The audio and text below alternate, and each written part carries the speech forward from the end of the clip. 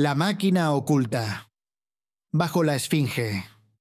En las arenas eternas de Giza, en 1993, el arqueólogo japonés Dr. Sakushi Yoshimura realizaba sondeos con radar de penetración terrestre alrededor de la Gran Esfinge cuando sus instrumentos captaron algo que no debería estar allí. Una estructura metálica masiva, enterrada justo bajo las patas del monumento. Imagine una mesa de trabajo en un campamento desértico, con pantallas parpadeantes mostrando ecos de formas geométricas complejas. Este objeto, de unos 30 metros de longitud, exhibía indicios de ingeniería avanzada, fabricado con una aleación metálica desconocida que, según análisis preliminares, precede en miles de años a la metalurgia humana documentada. No era un simple relicto. Parecía un expediente técnico que cuestiona las raíces mismas de la civilización egipcia. Los datos transmitidos por Yoshimura a colegas en Japón revelaron cámaras internas, patrones geométricos intrincados y componentes que sugerían mecanismos sofisticados, alineados con principios de ingeniería que no se desarrollarían hasta milenios después. Expertos metalúrgicos de la Universidad de Tokio examinaron las muestras y detectaron isótopos no naturales en la Tierra, con signos de fabricación precisa que superan capacidades industriales actuales, insinuando una tecnología ajena a la era faraónica. Lo más controvertido eran las lecturas electromagnéticas. El objeto emitía firmas energéticas activas tras siglos bajo tierra. Patrones que seguían secuencias matemáticas alineadas con ecuaciones teóricas de física cuántica, no confirmadas para esa antigüedad. Imágenes satelitales posteriores muestran modificaciones en la zona con instalaciones de hormigón que parecen diseñadas para bloquear accesos, y el área fue declarada prohibida por preocupaciones de preservación estructural.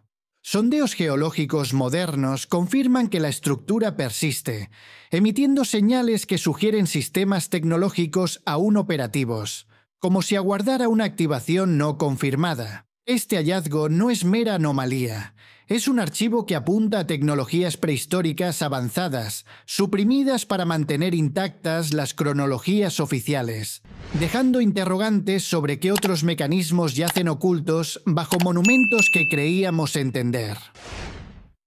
El humano imposible de Monte Hermoso. En las formaciones rocosas de Argentina, en 1880, el geólogo Dr. Carlos Ameguino desenterró fósiles humanos incrustados en estratos que datan de 25 millones de años, un hallazgo que debería haber replanteado por completo la cronología de la evolución humana, situando a nuestra especie moderna mucho antes de lo que la ciencia oficial admite. Visualice un mapa geológico extendido sobre una mesa de laboratorio, con muestras óseas alineadas bajo lupas. Estos restos, completos y anatómicamente idénticos a los humanos contemporáneos, fueron confirmados por datación por carbono, estratigrafía y análisis independientes, como genuinos embebidos en capas inalteradas durante eones, desafiando la idea de que los humanos modernos emergieron hace apenas 1 millón de años. La publicación inicial en revistas como la del Real Instituto Antropológico generó revuelo, pero pronto fue retractada bajo presiones de instituciones europeas, alegando contaminación o errores metodológicos sin pruebas creíbles. Verificaciones independientes, como la del paleontólogo británico Arthur Smith Woodward, quien viajó a Argentina y documentó más fósiles con herramientas y artefactos de fabricación sofisticada en la misma formación, respaldaron los hallazgos, pero su informe fue clasificado por el Museo Británico y nunca vio la luz pública. Estos restos no eran anomalías aisladas, sugerían poblaciones enteras con capacidades técnicas avanzadas, posiblemente ciclos de avance y extinción que reescribirían la historia evolutiva, indicando que nuestra especie existió en eras supuestamente prehumanas. Análisis genéticos modernos de muestras preservadas muestran secuencias de ADN con un 99,7% de similitud a poblaciones actuales, confirmando que no eran ancestros primitivos, sino humanos plenamente modernos en una era imposible. Esta evidencia ha sido omitida en textos educativos, perpetuando una versión de la evolución que excluye deliberadamente anomalías. El encubrimiento se extiende a editoriales que evitan referencias a fósiles anómalos, asegurando que generaciones aprendan una narrativa sesgada. Estos restos no son meras curiosidades, son un expediente que insinúa un linaje humano borrado, como si la Tierra hubiera albergado ciclos de existencia suprimidos para mantener intactas las doctrinas evolutivas, dejando ecos de un pasado deliberadamente reclasificado. La conspiración de los cráneos de cristal entre 1924 y 1927, el explorador británico Frederick Mitchell Hedges desenterró una serie de 13 cráneos de cristal en ruinas mayas y aztecas de Centroamérica. Artefactos no como los vendidos a turistas, sino piezas talladas con precisión de bloques únicos de cuarzo, usando métodos que aún hoy desafían la replicación tecnológica. Imagine una mesa en un taller selvático, con estos cráneos reluciendo bajo una luz tenue, proyectando sombras que parecen mapas estelares. Según documentos iniciales, estos objetos exhibían un artesanado imposible, sin marcas de herramientas, con estructuras internas que sugerían manipulación molecular, como si el cristal hubiera sido ablandado y reendurecido para formar réplicas anatómicas perfectas, incluyendo mandíbulas móviles y detalles intrincados no confirmados para civilizaciones antiguas. Análisis en laboratorios como los de Hewlett-Packard en 1970 confirmaron que la ausencia de rayones microscópicos y la precisión excedían herramientas diamantadas modernas, apuntando a técnicas que alteraban la estructura cristalina a nivel atómico. Lo más controvertido eran sus propiedades. Bajo iluminación de espectro completo, proyectaban imágenes holográficas de cartas estelares, fórmulas matemáticas y sistemas simbólicos que parecían manuales para conceptos científicos avanzados, no desarrollados hasta siglos después. Estos cráneos generaban campos piezoeléctricos al exponerse a presión o cambios térmicos, con patrones eléctricos que seguían constantes matemáticas y principios físicos supuestamente desconocidos en esa era, como si fueran dispositivos de almacenamiento de datos. Estos cráneos no son reliquias ornamentales. Son un expediente que apunta a un conocimiento antiguo suprimido, como si guardaran claves de ciencias cíclicas perdidas, cuestionando si lo que llamamos progreso es, en realidad, un redescubrimiento de verdades deliberadamente ocultas en cristales eternos. El sistema eléctrico enterrado de Bagdad. En 1936, el arqueólogo alemán Wilhelm König documentó en Irak los célebres jarros que hoy llamamos baterías de Bagdad. Pero sus notas, menos citadas y más comprometedoras, describían algo mayor. Una instalación eléctrica subterránea que se extendía bajo la antigua ciudad como una red moderna. Imagine un plano técnico desplegado sobre una mesa, con líneas de cobre cruzando barrios desaparecidos. Bajo varias hectáreas aparecían cables de cobre, aisladores cerámicos y cajas de derivación dispuestos con la lógica de una red de distribución contemporánea, no de artefactos aislados. Las fotografías, según consta en copias de archivo, mostraban conductores intactos con pátinas de oxidación propias de líneas en servicio prolongado. Los tendidos aparecían en paralelo, separados por aisladores, emulando diseños de baja y media tensión, pero fabricados con técnicas que daban conductividades y durabilidad superiores a estándares actuales. Las cajas de derivación incorporaban mecanismos de conmutación a partir de aleaciones desconocidas, libres de corrosión tras 2 milenios soterrados. Análisis técnicos sugirieron principios de control de campo electromagnético que no se formalizaron hasta bien entrado el siglo XX. Cuando König trató de cartografiar el sistema completo, las autoridades iraquíes clausuraron el yacimiento, confiscaron su archivo fotográfico y clasificaron los informes. El área fue sellada con hormigón y declarada fuera de los límites de cualquier investigación arqueológica. Este expediente no describe un capricho tecnológico aislado. Perfila una ciudad antigua electrificada, borrada de los manuales para sostener una cronología lineal del progreso.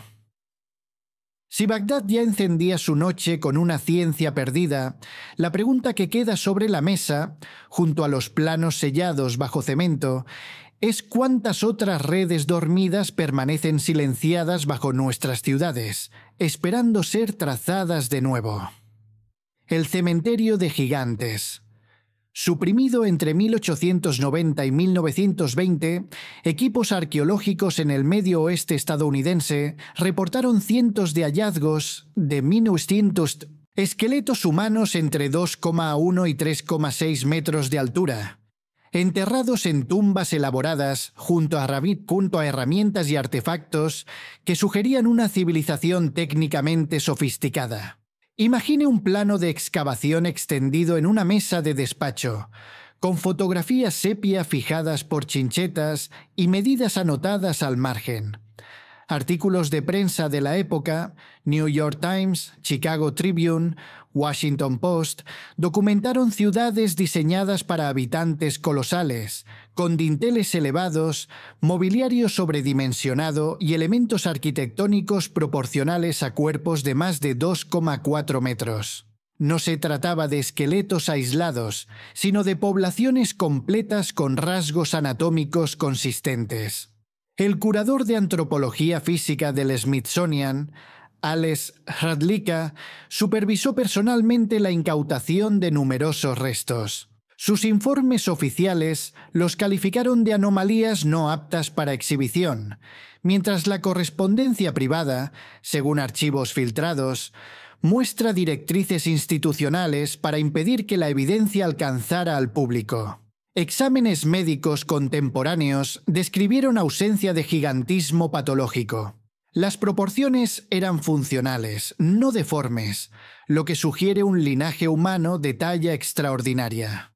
La cultura material asociada incluía metalurgia de alta temperatura, herramientas que requerían hornos avanzados y obras constructivas que implicaban mover bloques que aún hoy desafiarían maquinaria moderna. Investigadores independientes que intentaron estudiar los restos toparon con un muro. Destrucción por deterioro de colecciones enteras, negativas editoriales y carreras truncadas. Documentos internos indicaron que la eliminación fue sistemática, no casual. A partir de finales del siglo XX, nuevos hallazgos quedaron automáticamente amparados bajo leyes de protección y repatriación de restos nativos, lo que derivó en reentierros inmediatos sin análisis científico, cerrando de facto el acceso a la evidencia osteológica. Inventarios del Smithsonian de la década de 1920 listaban más de 17.000 restos de talla excepcional. Registros actuales niegan su existencia o los declaran no localizables.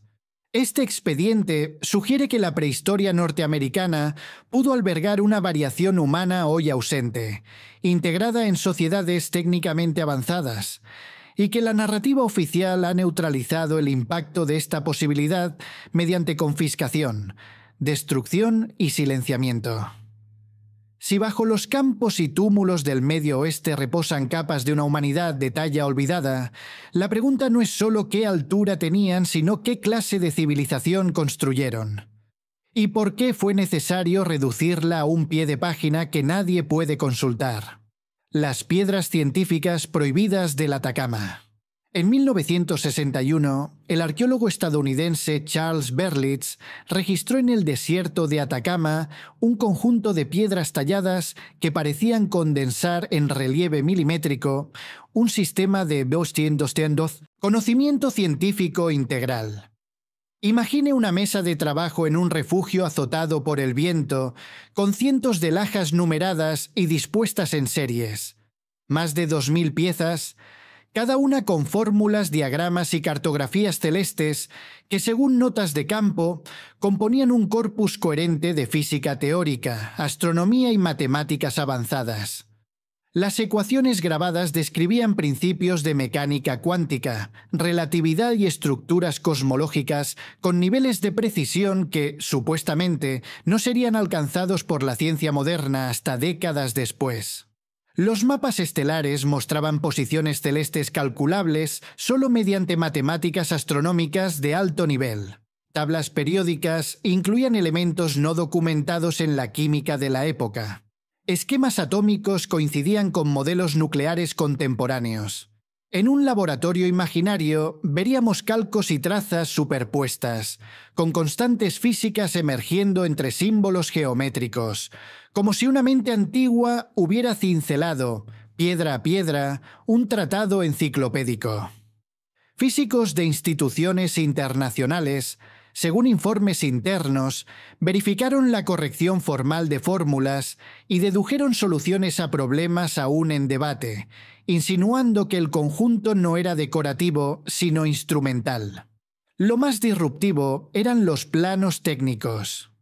Generadores energéticos, mecanismos de propulsión y dispositivos de comunicación basados en principios cuánticos aplicados.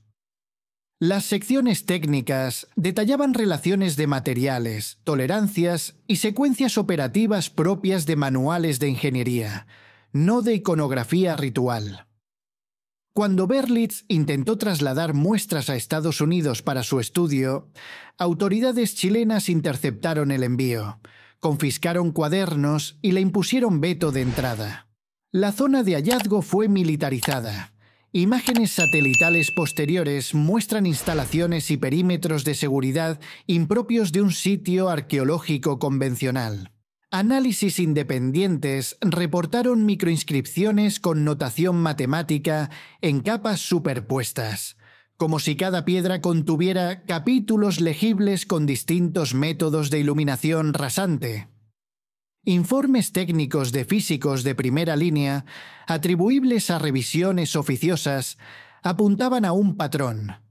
El conjunto funcionaría como biblioteca modular, donde la información se cruza mediante claves geométricas y constantes universales. El discurso oficial, sin embargo, derivó hacia una protección cultural que, en los hechos, cerró toda investigación. Peticiones internacionales para acceso supervisado fueron denegadas. Las autoridades alegaron reubicación por conservación en instalaciones no divulgadas. Estas piedras no son souvenirs del desierto. Son un expediente clausurado que delata un atlas científico anticipado y, quizá, heredado. Si Atacama guarda su biblioteca de piedra tras códigos militares, la pregunta que persiste no es quién las talló, sino por qué su lectura se considera más peligrosa que su olvido. La biblioteca metálica vetada de tallos.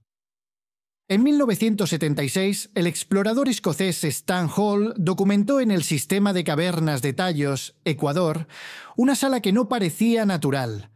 Estanterías regulares excavadas en la roca y sobre ellas miles de libros metálicos con páginas de oro, plata y aleaciones desconocidas, flexibles como papel pero resistentes como láminas industriales.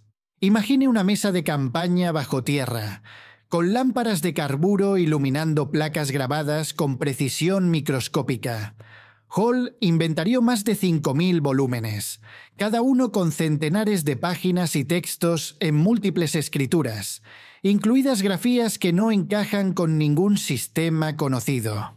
A juzgar por notas de traducción preliminar, los contenidos incluían historias de civilizaciones no aceptadas por la cronología oficial, manuales técnicos y tratados científicos que desplegaban física, astronomía y matemáticas de alta complejidad. Lo más perturbador para cualquier archivo cronológico, varios volúmenes describían acontecimientos futuros, desarrollos tecnológicos, virajes políticos y transformaciones sociales, que, según testigos, se cumplieron con inquietante precisión en décadas posteriores. Un equipo de lingüistas de Oxford, consultado de forma extraoficial, analizó muestras caligráficas y concluyó que las escrituras desconocidas seguían reglas gramaticales consistentes, con vocabularios extensos y sintaxis de alta sofisticación, propias de tradiciones literarias maduras. En el imaginario laboratorio del investigador, lentes macro y micrómetros revelarían trazos sin marcas de herramienta. La inscripción parecía realizada mediante procesos que controlaban la materia a nivel fino, dejando caracteres perfectos e isócronos. Cada intento de fotografiar con nitidez las páginas derivó en fallos inexplicables. Cámaras que funcionaban en superficie producían imágenes veladas y distorsiones internas al enfocar las láminas, como si los metales interfirieran con los procesos fotoquímicos o electrónicos. La reacción institucional fue inmediata. Intervención militar ecuatoriana, sellado del acceso y declaración de zona arqueológica restringida. Los permisos de Hall fueron revocados y se le impuso silencio operativo. Las negociaciones para protocolos internacionales de estudio quedaron bloqueadas bajo el argumento de protección cultural. Documentos filtrados, sin embargo, aluden a la preocupación por el impacto desestabilizador de un corpus que contradice paradigmas históricos y científicos. Este expediente no es un mito cavernario, es una biblioteca clausurada que sugiere que la historia, y quizá el futuro, fueron compilados y guardados en láminas indestructibles, lejos de la superficie. Si Tallos guarda el índice de un saber que no admite cronologías lineales, la pregunta que queda sobre la mesa es por qué resulta más seguro enterrarlo que someterlo al juicio sereno de la ciencia. El Observatorio Astronómico borrado del Gobi. En 1953, un equipo soviético que trabajaba en el desierto del Gobi registró restos de un complejo científico que no encajaba con ninguna cronología aceptada. Un observatorio antiguo, equipado con dispositivos mecánicos capaces de calcular posiciones planetarias y predecir eventos astronómicos, con una precisión que la humanidad no recuperaría hasta siglos después. Imagine una mesa de guerra cubierta por planos, engranajes de bronce alineados junto a reglas calibradas y cuadernos con tablas. Más de 200 instrumentos, según el inventario del Dr. Yuri Petrov, dispuestos como un taller de cálculo celeste. Había esferas armilares, astrolabios de alta tolerancia, reglas logarítmicas primigenias y en el corazón del conjunto, un ordenador mecánico que realizaba cómputos automáticos mediante relaciones de engranajes. Los dispositivos mostraban desgaste regular. No eran reliquias ceremoniales, sino herramientas de uso continuo. Las mediciones reproducidas por ingenieros mecánicos soviéticos concluyeron que el sistema integraba conceptos matemáticos avanzados, funciones trigonométricas, relaciones logarítmicas, principios geométricos, normalmente atribuidos a tradiciones mucho más tardías. El computador podía determinar posiciones planetarias para fechas pasadas y futuras con exactitudes equiparables a tablas modernas, sugiriendo ciclos observacionales mantenidos por generaciones. En un laboratorio imaginario, veríamos dientes pulidos a mano con tolerancias que apenas admiten error, un lenguaje de bronce que habla en razones de giro y armónicos orbitales. El anuncio público nunca llegó. Las autoridades soviéticas clasificaron de inmediato el hallazgo, reasignaron a Petrov y trasladaron los artefactos a instalaciones militares. La justificación, según memorandos internos, era doble: evitar interpretaciones ideológicas inconvenientes sobre el progreso lineal y explorar aplicaciones técnicas de mecanismos de cálculo compactos. El sitio original fue alterado. Movimientos de tierra, plataformas de hormigón y capas nuevas sobre los estratos arqueológicos. La narrativa oficial borró el observatorio. El rastro técnico, no. Quedan ecuaciones reproducidas, dibujos de secciones y notas sobre relaciones de engranajes que apuntan a una inteligencia instrumental sofisticada. Este expediente no habla solo de astronomía antigua, interroga el mito del progreso unidireccional.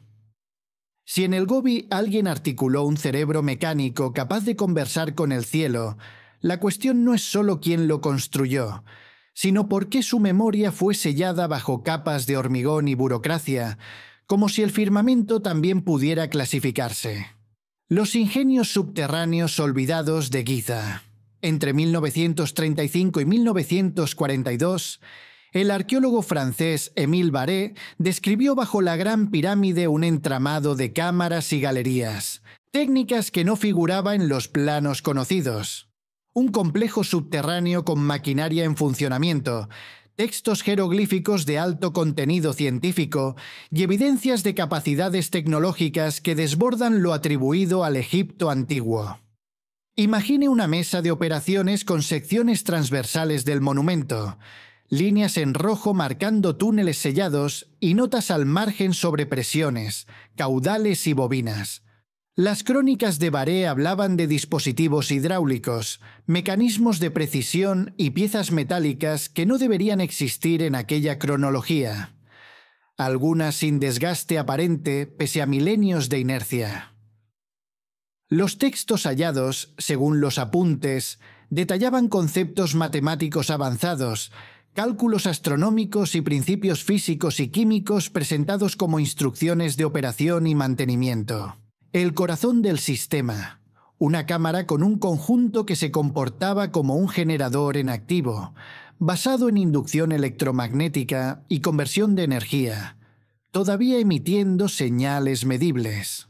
El ingeniero británico Robert Bauval, al revisar la documentación de Barré, concluyó que los esquemas revelaban redundancias, salvaguardas automáticas y lógica de control propias de una ingeniería industrial madura. En el laboratorio imaginario del investigador, bobinas, conductos y juntas de precisión encajarían como un manual vivo. Flujo, resonancia, transformación. La reacción institucional fue inmediata. Autoridades egipcias confiscaron muestras y notas, clausuraron accesos con muros de hormigón y revocaron permisos. Los argumentos públicos apelaron a la integridad estructural del monumento. Documentos filtrados, en cambio, expresaban el temor a un cambio de paradigma sobre la capacidad tecnológica de los constructores. Las solicitudes internacionales de inspección fueron negadas. En la mesa del archivo, los planos coinciden con anomalías detectadas por radar de penetración y lecturas EM contemporáneas. En el terreno, el cemento y el silencio. El expediente de Giza no suma otra leyenda. Propone que bajo la iconografía funeraria late un laboratorio sellado. Si los ingenios subterráneos fueron deliberadamente olvidados, quizá no fue por miedo a profanar tumbas, sino a profanar una certeza, que el progreso no ascendió en línea recta desde la oscuridad, sino que cayó y volvió a levantarse, dejando máquinas durmiendo bajo la piedra mientras afuera se reescribía la historia. Las civilizaciones clasificadas de la Amazonia. En 1967, el arqueólogo estadounidense Dr. Richard Thompson reportó indicios de múltiples civilizaciones avanzadas en el Amazonas que invertían el relato habitual. Sociedades indígenas con metalurgia, matemáticas e ingeniería por encima de sus conquistadores.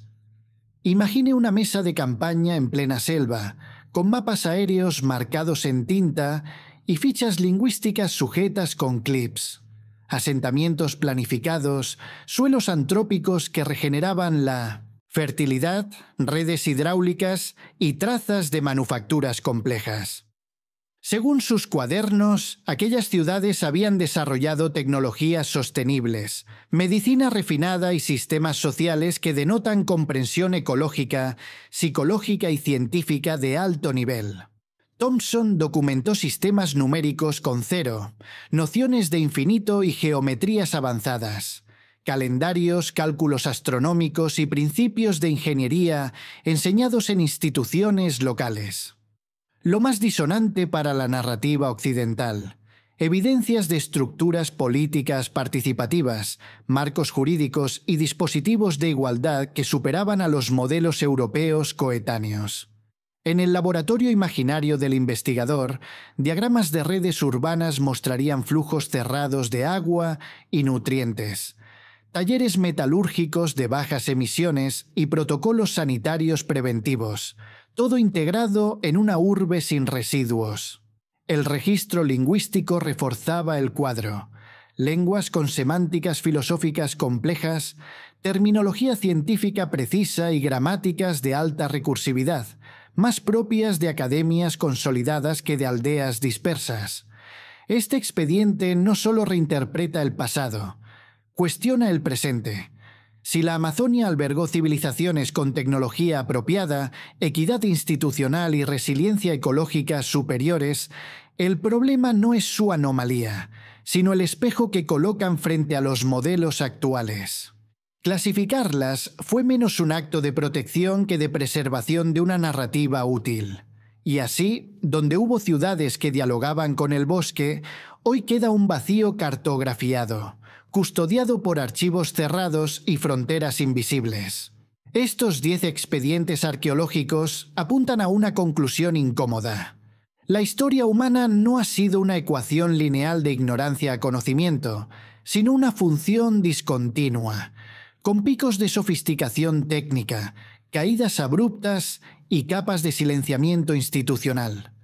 Desde un dispositivo activo bajo la Esfinge hasta redes eléctricas soterradas en Bagdad, desde bibliotecas metálicas selladas en cuevas hasta observatorios mecánicos borrados del Gobi, desde cronologías humanas imposibles en Monte Hermoso hasta civilizaciones amazónicas clasificadas, el patrón se repite con precisión documental. El hallazgo tensiona el relato, intervienen autoridades, se confiscan registros, se restringe el acceso. El caso se archiva no por falta de evidencia, sino por exceso de implicaciones. Lo que estas evidencias sugieren es doble. Primero, que el conocimiento y la técnica pueden ser cíclicos, descubiertos, aplicados, olvidados y más tarde redescubiertos con nuevos nombres. Segundo, que sociedades etiquetadas como primitivas desplegaron en determinados ámbitos soluciones más avanzadas o más sostenibles que las de sus conquistadores. Electricidad sin combustibles, urbanismo sin colapso ecológico, cómputo sin electrónica, archivos que trascienden el soporte orgánico. El problema no es solo histórico, es epistemológico. Si la evidencia está, pero no circula, la historia oficial se convierte en una curaduría de lo admisible. La pregunta final no invoca misticismo, sino procedimiento. ¿Qué protocolos permitirían abrir estos archivos sin sacrificar rigor ni caer en negacionismos de signo contrario?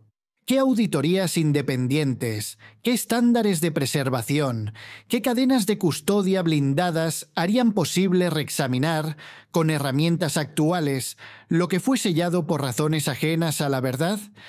Puede que la respuesta esté en asumir que el progreso no siempre es acumulativo y que la memoria técnica como la geológica registra estratos perdidos. Quizás la verdad no fue eliminada, solo escondida.